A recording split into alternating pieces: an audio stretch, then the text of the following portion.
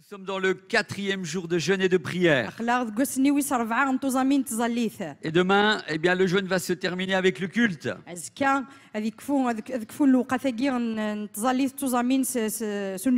Mais tout au long de cette semaine, nous savons que le Seigneur a déjà béni. Nous avons été bénis individuellement au travers des moments de louange, au travers des moments d'enseignement. Et je crois que pour certains, nous avons été bénis parce que nous avons reçu des directions. Et lorsque j'ai démarré mardi ici, pour ceux qui étaient là, rappelez-vous ce que je vous ai dit. Dans ces réunions, le Seigneur peut vous parler. Au travers d'un chant, au travers d'un moment où on est en train de prier, au travers d'un moment prophétique, et bien sûr au travers de la parole de Dieu. Parce que le Seigneur a quelque chose à vous dire personnellement. Et vous êtes venus les uns et les autres avec des attentes particulières. Certains, vous cherchez une réponse de Dieu. Certains, vous priez Dieu pour avoir une délivrance dans tel domaine.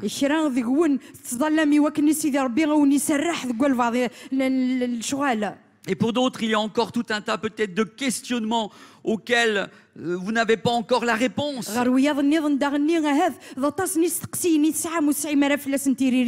Mais dans ces moments de jeûne et de prière où l'Église est rassemblée autour du Seigneur, Dieu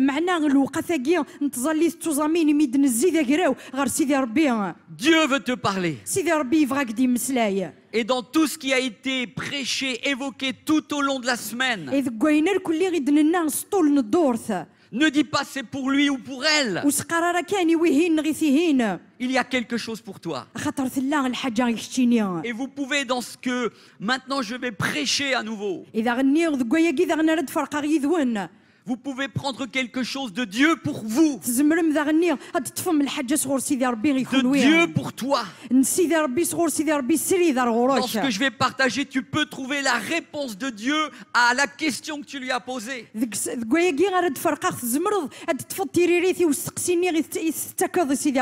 Parce que l'Esprit de Dieu parle tantôt d'une manière et tantôt d'une autre. Et il est important que tu saisisses ce matin ce qu'il veut te dire. Allez, on continue. 3e diapo. Deux choses arrivent pendant les réveils. J'ai constaté cela. Quand j'ai commencé à étudier les réveils qui se sont passés à travers l'histoire, j'ai remarqué qu'il se passait toujours deux choses. La première, comme vous le voyez, c'est quoi? Un retour à la prière. C'est primordial. On l'a déjà vu dans ce que je viens d'évoquer. Mais chaque fois qu'il y a des réveils, une des choses que nous pouvons constater, c'est un retour à la prière. Et Charles Finet a dit, on peut s'attendre à un réveil quand les chrétiens sont poussés à le demander dans leur prière.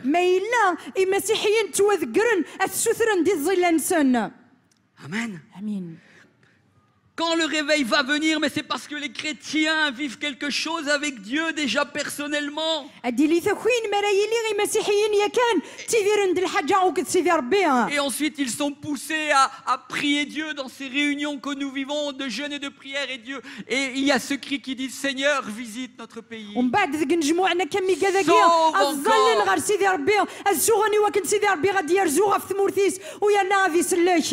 Parce que la prière, comme il est dit juste en dessous, fait mouvoir le bras qui régit l'univers. La prière fait bouger le bras de Dieu pour bénir, pour guérir, pour toucher une nation.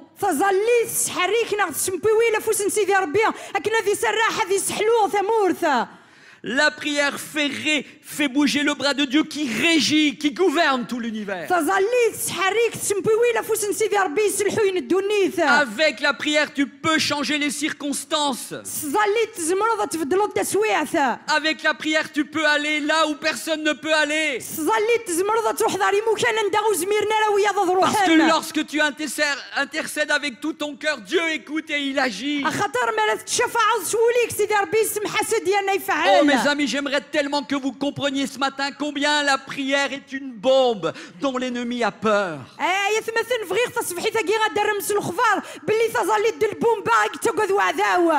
La prière est la clé pour le réveil. Alléluia. Amen.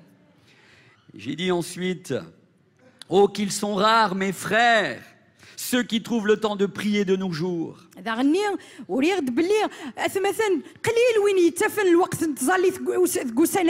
On a bien le temps pour tout le reste. Pour dormir. Et pour manger. Pour lire le journal. Ou un livre. Pour aller voir ses amis. Pour toutes les innombrables affaires de la vie terrestre.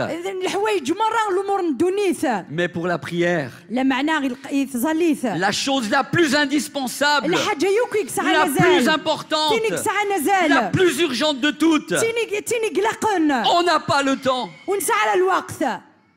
Tu n'as pas le temps pour la prière. Je l'ai déjà dit cette semaine. Mais par contre, on a le temps pour tout ce que je viens d'évoquer. Si tu n'as pas le temps pour la prière, ne t'attends pas à avoir un réveil dans ta vie et dans ton pays. Reviens à la prière, mon frère. Reviens à la prière, ma sœur. Reviens à cette intimité avec le Seigneur. Lorsque je lisais les histoires de tous ces hommes de Dieu, dont John Wesley, qui est le fondateur des églises méthodistes. Là encore, un homme de réveil extraordinaire. Lisez ses livres. J'ai trouvé cette pensée-là qui parlait de Madame Wesley, donc la femme du pasteur John Wesley. Et il est dit ceci: pensons à Susan Wesley qui... Pensons à Susan Wesley qui, bien que étant mère, elle avait 19 enfants. Mais elle trouvait le temps de s'enfermer dans sa chambre chaque jour. Pendant 1 heure entière. Seul avec son Dieu pour prier. Non, mes amis, ce n'est pas tellement une question de trouver le temps ou que de prendre le temps à tout prix. C'est plutôt, nous pouvons le faire si vraiment nous l'avons à cœur.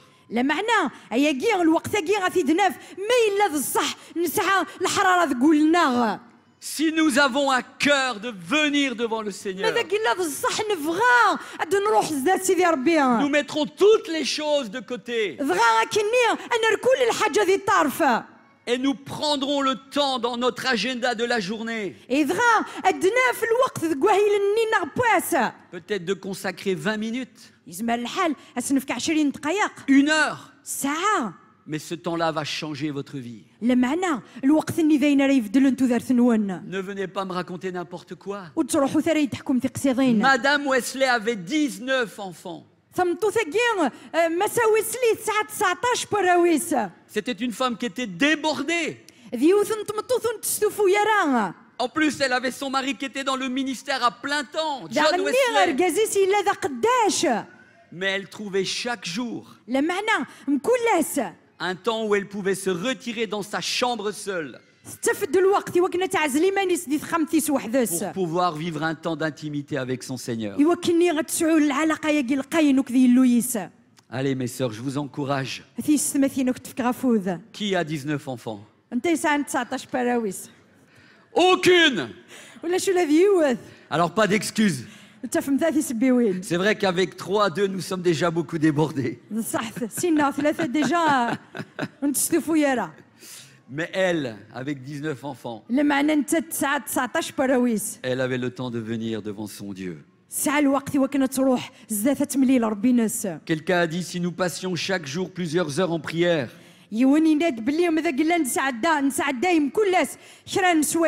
c'est John Nelson qui a dit ça. Vous ne manqueriez pas de voir de grandes choses. Et cet homme disait que c'était pour lui une règle de se lever vers minuit et de s'entretenir avec Dieu jusqu'à 2 heures du matin.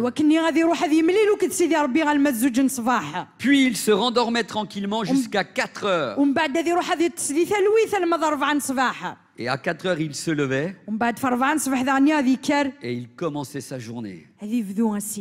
Oh, quand je lis ça, je dis, Seigneur, comment il faisait? Oui, mais c'était le secret de son ministère. John Nelson était un serviteur de Dieu extraordinaire.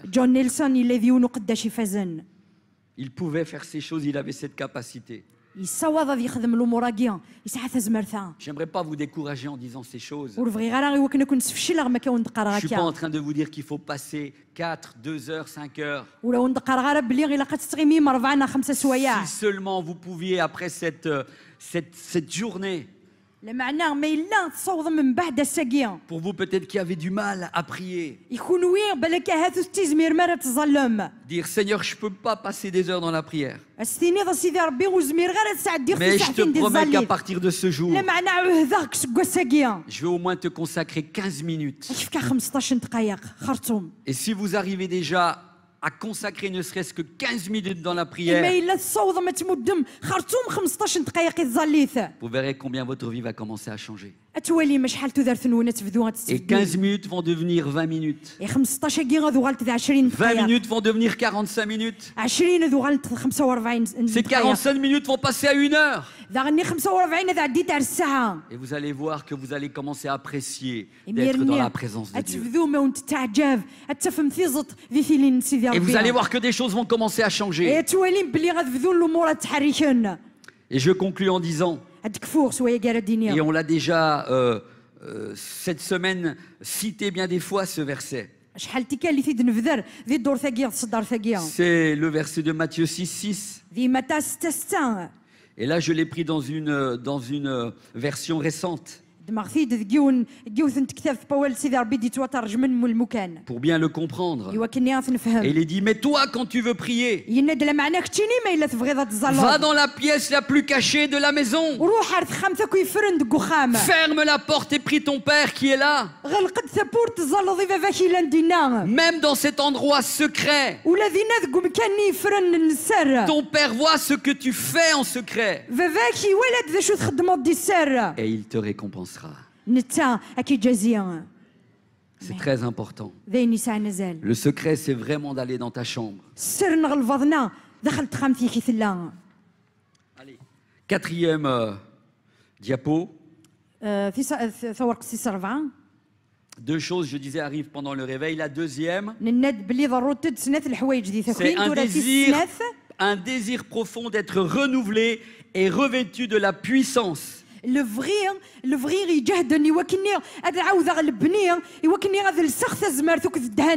Puissance ici, c'est l'onction de Dieu qui vient sur nous par le Saint-Esprit.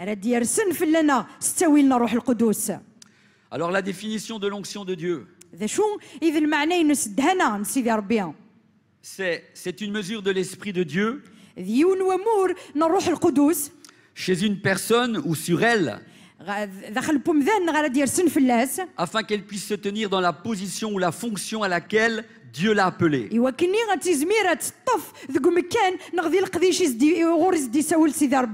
Dans l'Ancien Testament, le mot onction signifiait frotter quelque chose avec une substance. Et le plus souvent, c'était avec de l'huile pour l'imprégner jusqu'à saturation. Et c'est vrai que dans l'Ancien Testament, l'huile c'était un symbole du Saint-Esprit, de l'onction de Dieu. Et quand on voulait par exemple oindre un roi, on prenait de l'huile et on le frottait jusqu'à saturation, jusqu'à ce qu'on ne le voit quasiment plus.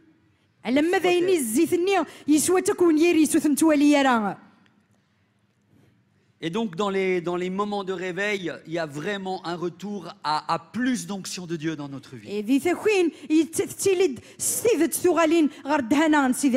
Alors vous allez peut-être me dire, mais frère Armando, nous avons déjà reçu le Saint-Esprit. Amen. Vous avez déjà reçu le Saint-Esprit. J'aimerais ici un petit peu éclaircir certaines choses. Je le dis ici, si je suis né de nouveau, j'ai le Saint-Esprit. Donc je n'ai pas besoin de le recevoir de nouveau. C'est vrai et c'est faux. Car si nous sommes nés de nouveau, nous pouvons dire que nous avons reçu le Saint-Esprit, oui. Mais il nous est donné avec mesure. Nous pouvons donc le recevoir davantage. Ou en d'autres termes, nous pouvons recevoir une autre mesure du Saint-Esprit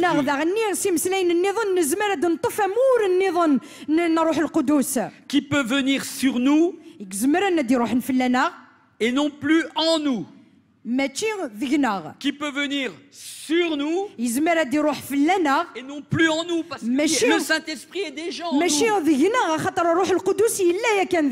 Quand nous avons reçu le Seigneur, le Saint-Esprit est venu en nous. Nous sommes le temple du Saint-Esprit.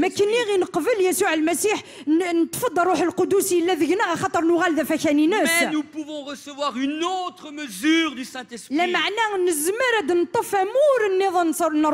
autre portion, une autre onction nouvelle, qui ne vient pas en nous puisque nous avons déjà le Saint-Esprit, mais qui vient sur nous. Comme le jour de la Pentecôte, ils reçurent le Saint-Esprit.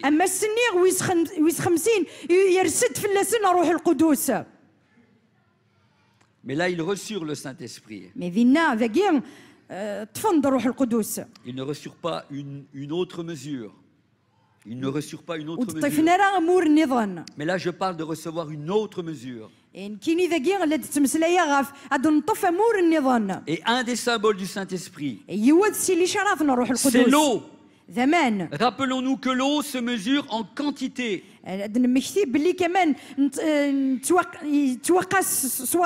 Ce n'est pas pour rien que Dieu nous a laissé des symboles dans sa parole. J'aimerais vous montrer ça. Je peux tenir. Alors quand nous venons au Seigneur, nous recevons le Saint-Esprit. Quand nous venons au Seigneur, nous recevons le Saint-Esprit. Le Saint-Esprit, il est dans ce récipient. Le Saint-Esprit est dans ce récipient. Nous avons reçu le Saint-Esprit à notre conversion. D'accord? Vous l'avez tous. Mais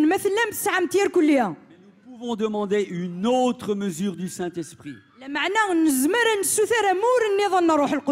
Une onction nouvelle. Une autre portion du Saint-Esprit. Et quand nous la demandons, et que nous venons dans sa présence parce que nous voulons plus de lui, alors, regardez, le Seigneur nous en donne beaucoup plus quand nous venons au Seigneur, comme je le disais, et que nous lui réclamons une nouvelle portion de son esprit. Alors il nous remplit avec cette eau. Et ce qui fait que des hommes et des femmes ont une telle onction de Dieu. Quand vous les voyez, il y a quelque chose de plus en eux. Et cela vient de leur communion avec le Seigneur. Amen. Charles Finney, un homme de réveil extraordinaire. Il est dit que cet homme passait des heures et des heures dans la prière. Et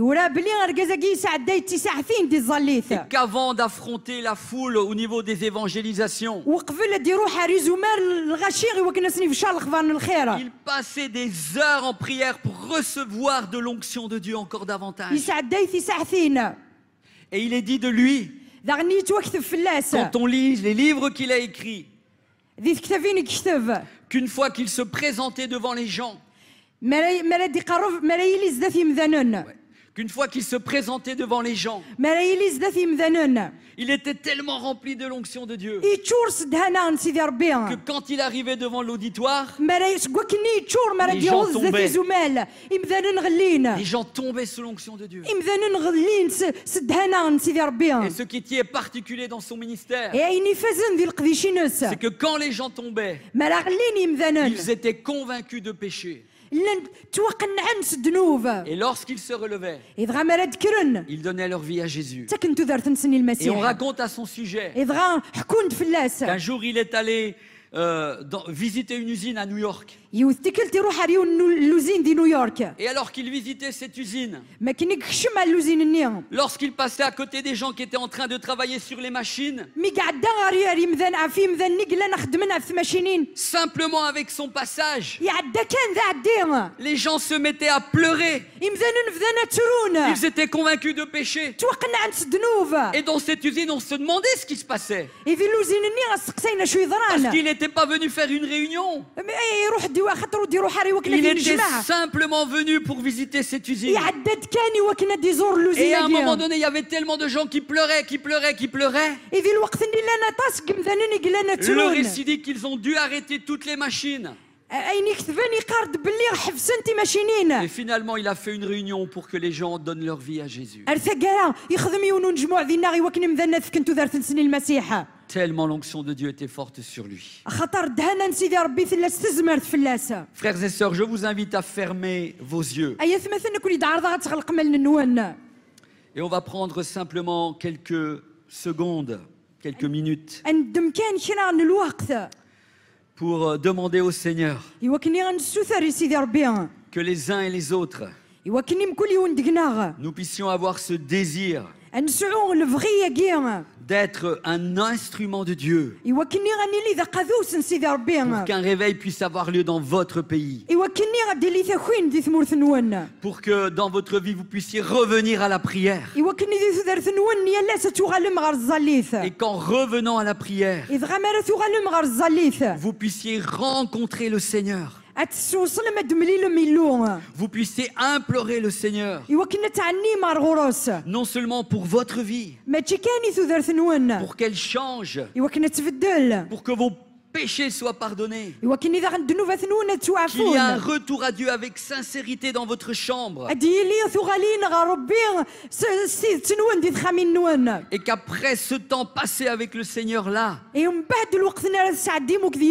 vous puissiez être un instrument du Seigneur, pour aussi prier pour votre nation, afin que la Kabylie et l'Algérie puissent connaître le Seigneur Jésus encore davantage.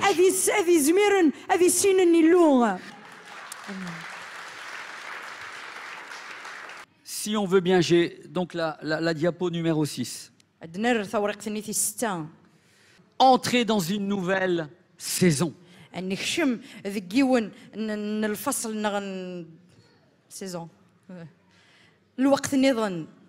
Et entrer dans une nouvelle saison pour moi, ça peut vouloir dire beaucoup de choses. Et pour moi, cette nouvelle saison, on va le voir juste après, C'est comme une porte que Dieu vous ouvre. C'est pour ça que j'ai mis, on voit pas très bien, mais on voit 2 portes ouvertes. Quand le Seigneur dit, il y a une nouvelle saison devant toi. Église Tizi Ouzou. Ou bien il y a une nouvelle porte devant toi, Pasteur Salah.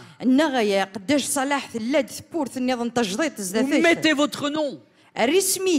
Ça veut dire qu'il y a quelque chose de nouveau dans lequel Dieu veut que nous entrions. Et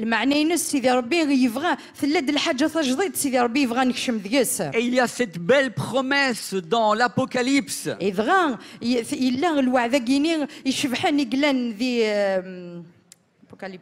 L'Apocalypse où le Seigneur dit, j'ai mis devant toi une porte ouverte que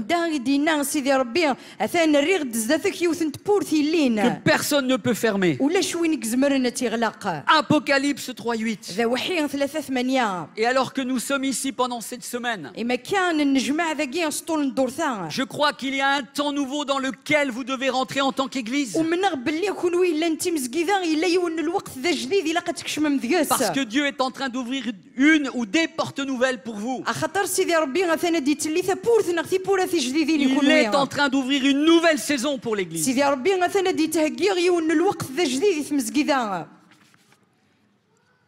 Prochaine diapo. Entrer dans une nouvelle saison. Pour moi, c'est entrer dans un réveil. Dans cette nouvelle saison qui est devant vous, devant nous. C'est comme une porte que le Seigneur ouvre pour chacun de nous. Mais il faut faire les pas nécessaires pour y entrer. Et voir ce que le Seigneur a pour nous de l'autre côté. Et nous avons les clés pour y entrer. 1. C'est la prière. La prière, c'est l'intimité avec le Seigneur. C'est une des clés pour entrer de l'autre côté de la porte. Parce que de l'autre côté, il y a des choses nouvelles, il y a un réveil qui vient. Sur votre pays d'Algérie. Sur la Kabylie. Et je veux dire ça comme une parole prophétique ici. Je prie que dans les temps qui viennent, cela devienne réalité pour vous.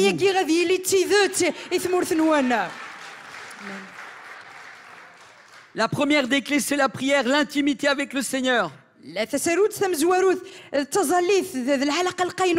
Et j'ai terminé là ce matin.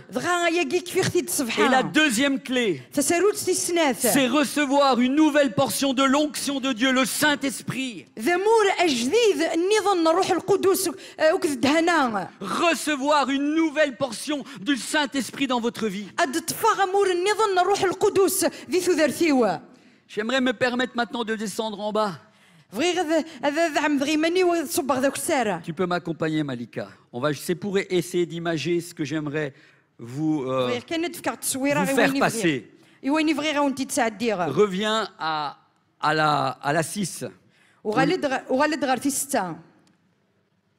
Donc, il est dit qu'il y a une nouvelle saison.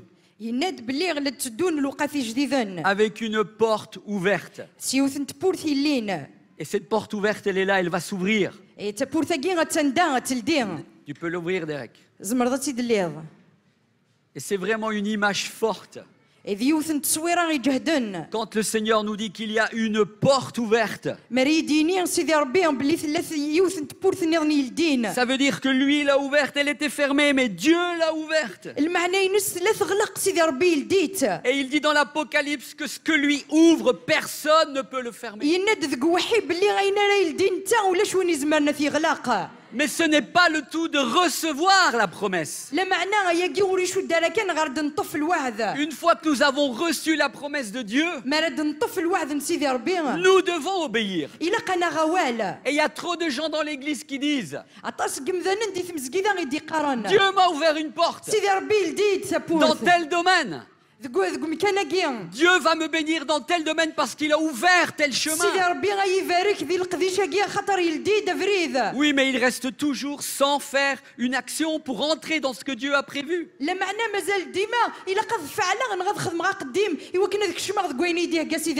Et si Dieu vous dit aujourd'hui, je vous ai ouvert une porte, on vient de le voir physiquement, des règles là ouvertes.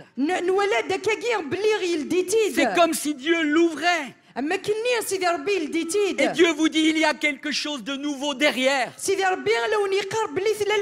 a une nouvelle saison. Il y a des temps de rafraîchissement. Il y a des temps nouveaux pour toi. Il y a de l'autre côté un réveil. Il y a des gens qui ont faim et soif ici à Tizi Ouzou.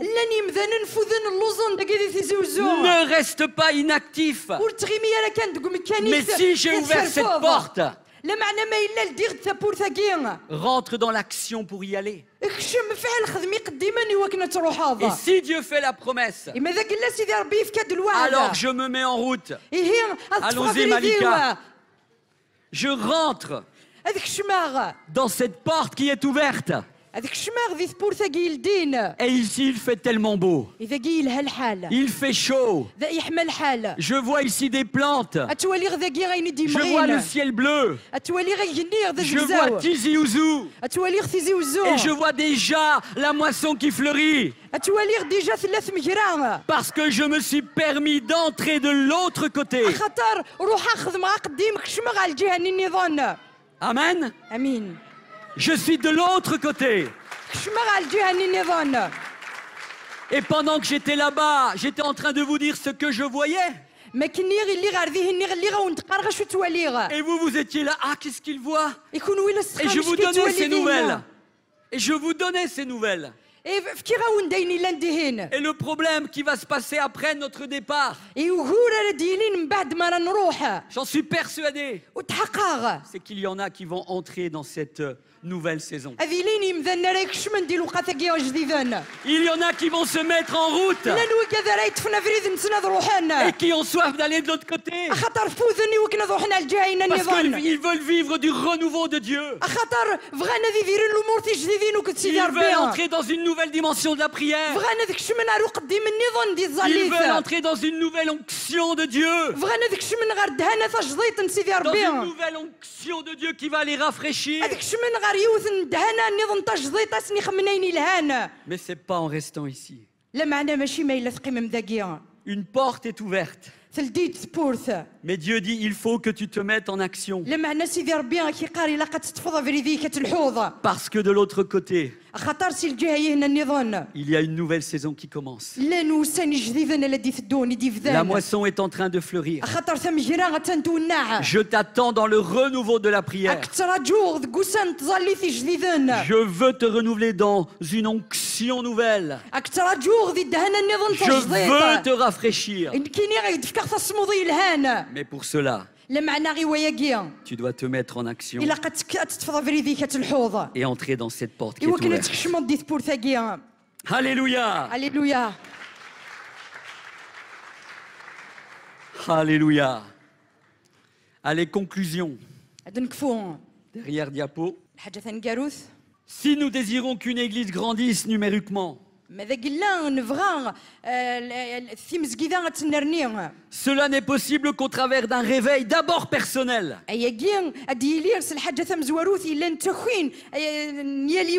Ce réveil personnel qui enclenchera ensuite un réveil dans l'église, dans notre église.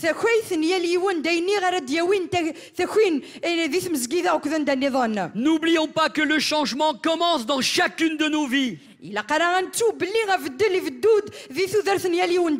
N'oublions pas que le changement commence dans chacune de nos vies. Par une remise en question et un retour au Seigneur.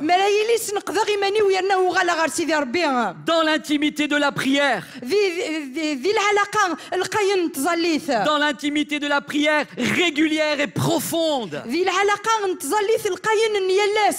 Mais aussi dans la recherche de sa puissance, de son onction.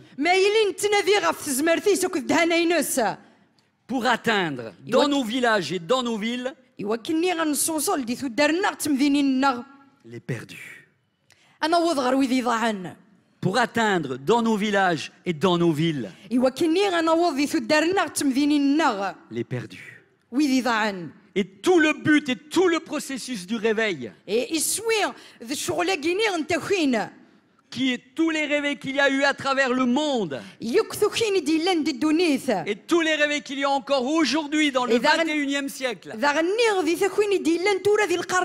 Écoutez-moi bien, ils n'ont qu'un seul but. La nouvelle saison qui est devant vous, la porte que Dieu a ouverte, elle n'a qu'un but, c'est le salut des perdus. Parce que l'Église a été créée pour ça. L'Église, Dieu l'a voulu pour le salut des pécheurs. Et il faut que tu te souviennes comment Jésus est allé te chercher.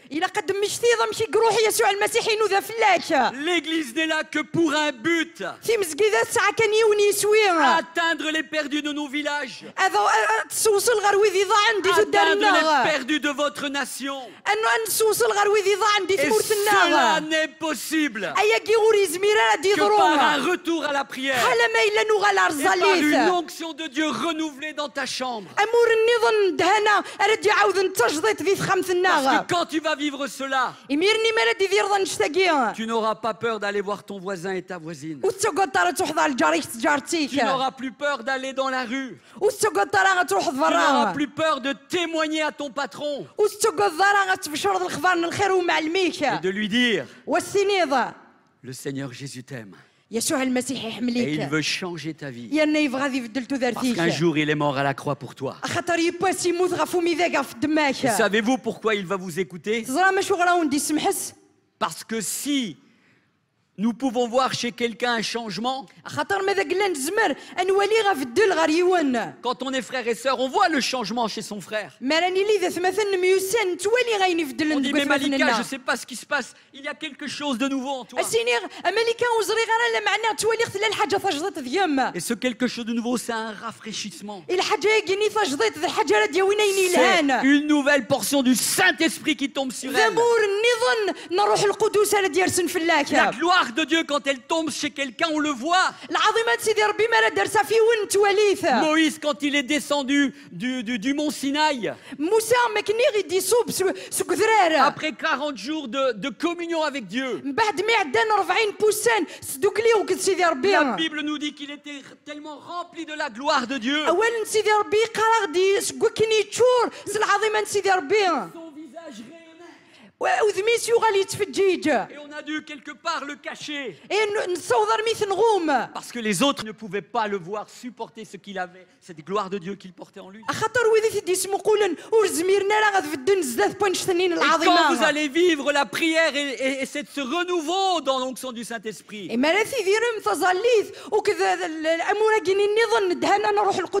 ce feu nouveau va vous pousser à témoigner de Jésus comme jamais.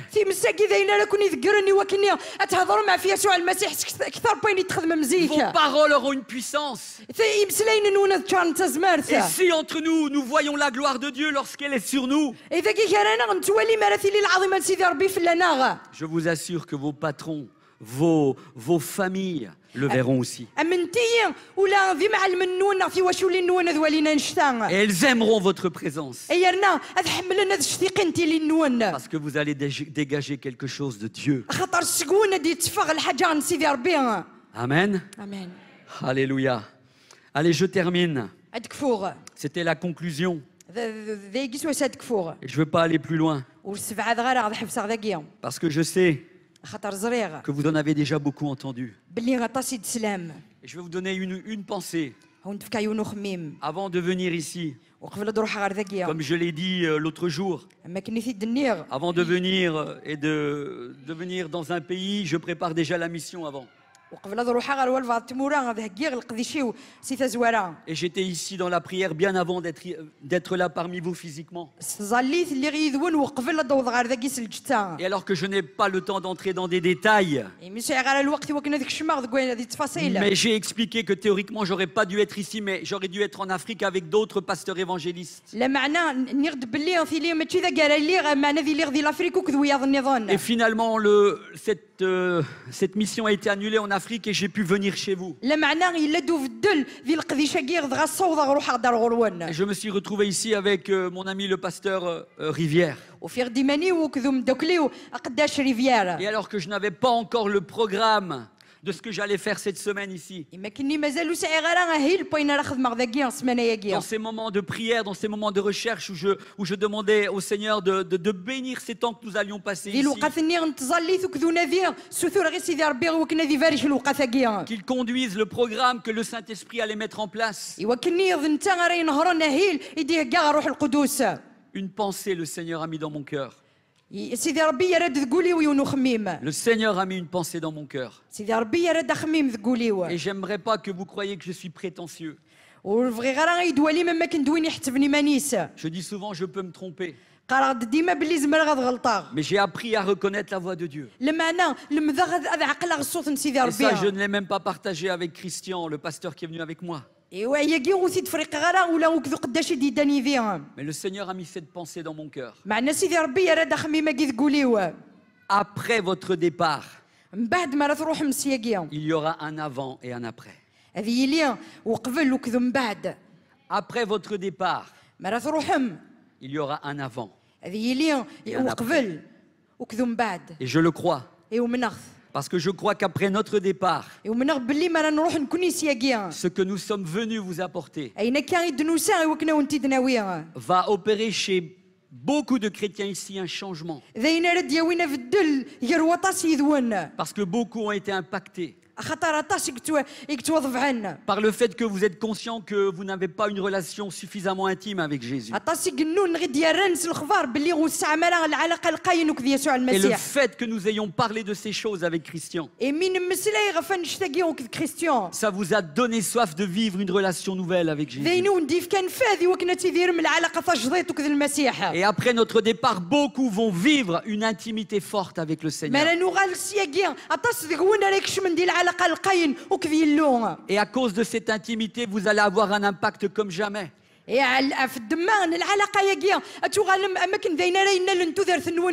ce soit dans vos familles, dans vos lieux de travail, un rafraîchissement va venir sur vous. À tel point que certains iront voir le pasteur et diront: Pasteur Salah, j'ai été tellement béni dans ce temps. Comment puis-je aider dans l'église? Comment puis-je entrer dans le service que le Seigneur met sur mon cœur? Et vous allez vivre une autre dimension. Et tout cela va vous aider à entrer dans cette porte ouverte que le Seigneur a préparée pour chacun de vous. Alors est-ce que tous vont y entrer?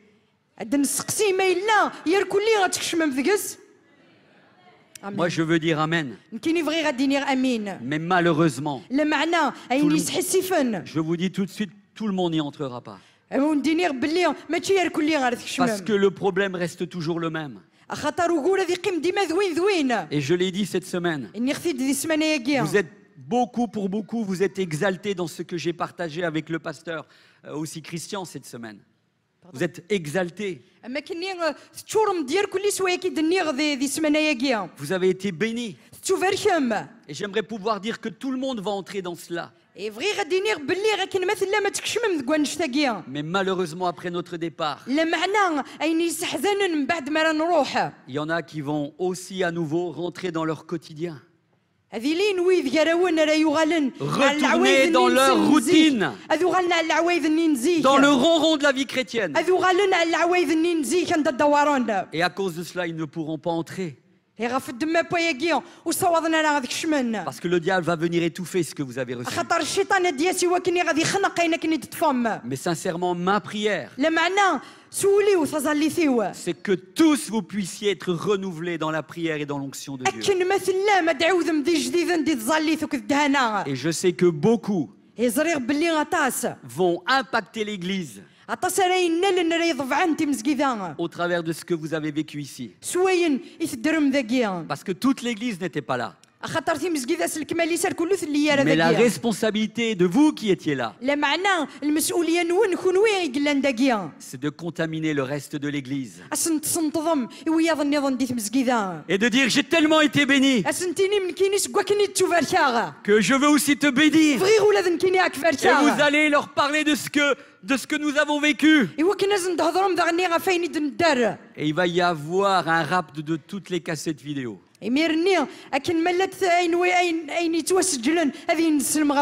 Parce qu'ils auront soif d'entendre les enseignements.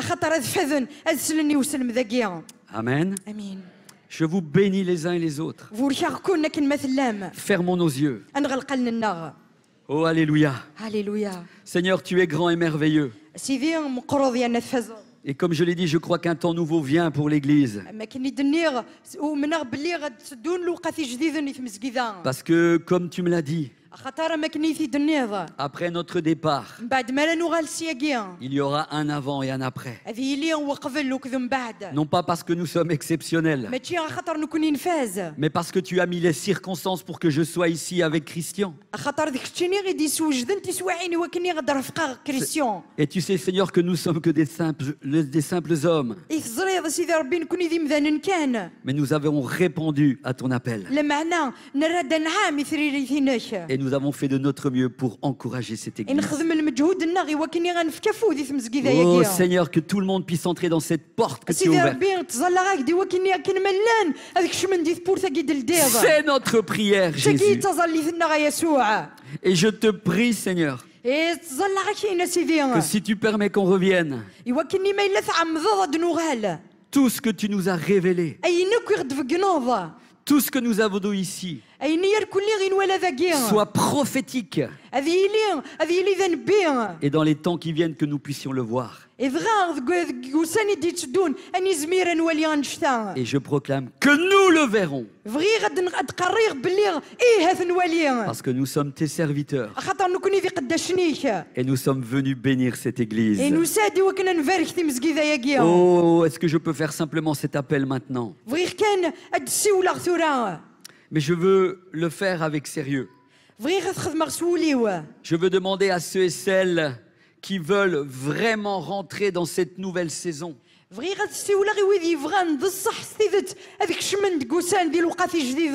Dans quelques instants, je vais vous demander de vous lever. Mais la condition pour vous lever, si vous voulez entrer dans cette porte nouvelle, ça veut dire qu'il va falloir payer le prix. Et le prix, c'est un retour au Seigneur. Dans la prière. Changez. Enlevez de votre emploi du temps tout ce qui vous encombre.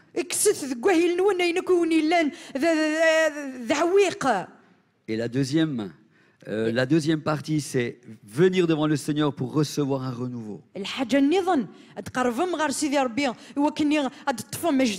Avec une nouvelle onction qui va être déversée sur vous. Et donc si vous vous levez, ça veut dire que vous allez faire ces choses. Et cela va vous donner la force d'entrer dans cette nouvelle dimension où Dieu veut vous amener avec cette porte ouverte. Si vous sentez que vous ne pouvez pas,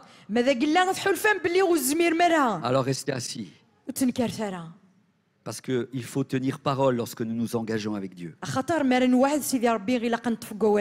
Si vous vous levez, Ça veut dire que vous allez appliquer ces choses. Si vous sentez que ce n'est pas encore le moment, vous n'en avez pas la force, alors il vaut mieux attendre. Mais vraiment mon désir, et le désir de Dieu cet après-midi, le désir du Seigneur, le désir du Saint-Esprit, c'est que tous vous puissiez vivre ces choses. Y en a-t-il qui veulent se lever?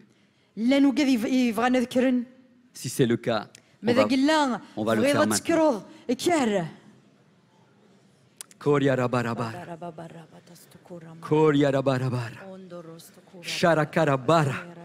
Seigneur, nous bénissons ton nom parce que tu es présent. Seigneur, je bénis l'église de Tizi Ouzou. Je bénis, Seigneur, ceux qui en sont les dirigeants, les pasteurs, Seigneur, les anciens. Bénis-les aussi, Seigneur. Renouvelle-les dans une onction nouvelle. Dans une intimité nouvelle. Ils ont besoin de ta force. Oh Jésus, donne-leur de porter le troupeau en étant rafraîchis de toi. Et Seigneur, je bénis toutes ces brebis qui se sont levées. Je veux maintenant proclamer au nom de Jésus. Et je scelle cela. Et je proclame que toutes ces personnes qui se sont levées devant moi vont vivre un renouveau. Un renouveau pour être porteur de cette bonne nouvelle de Jésus-Christ dans toute l'Algérie, en commençant par Tizi Ouzou. Au nom de Jésus. Amen. Amen.